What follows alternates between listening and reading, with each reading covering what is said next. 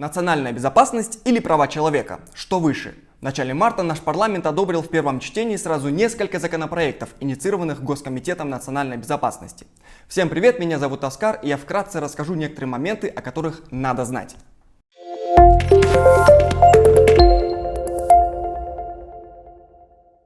Итак, давайте по порядку. Закон о контрразведывательной деятельности. Достаточно грозное название. Кстати, содержание не менее устрашающее. Цели законопроекта на самом деле благие. Защита основ конституционного строя, государственного суверенитета, территориальной целостности. А вот методы – другое дело. Согласно 9 статьи законопроекта о контрразведке, спецслужбы смогут получать информацию о соединениях между абонентами, контролировать почтовые отправления, прослушивать и записывать переговоры, а также вести негласный аудио и видеоконтроль.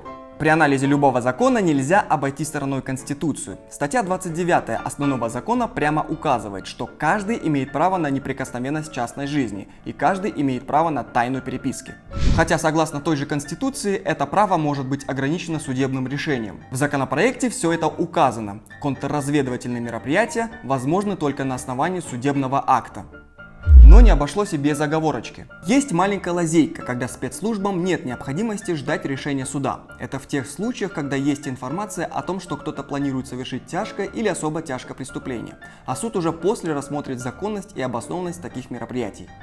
С 2016 года в Казахстане существует закон, что бы вы думали, о контрразведывательной деятельности. Кстати, их закон похож на наш не только своим названием. Вот, например, статья 11 казахского закона. Тут вам и получение информации о соединениях между абонентами, и контроль почтовых отправлений, ну и многие другие виды контроля. А что там в Европе? Скажу сразу, прослушка там тоже разрешена, но с оговоркой. Вот, например, Швеция, где санкционировать тайное прослушивание может только суд и только с обращения прокурора. Что важно, прослушка не может превышать более 1 месяца и проводится один раз в отношении одного конкретного человека.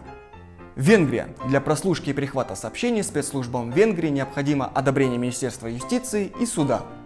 Однако справедливости ради следует сказать, что прослушка без одобрения в Венгрии тоже возможна, но только в крайних случаях и не более чем 72 часа.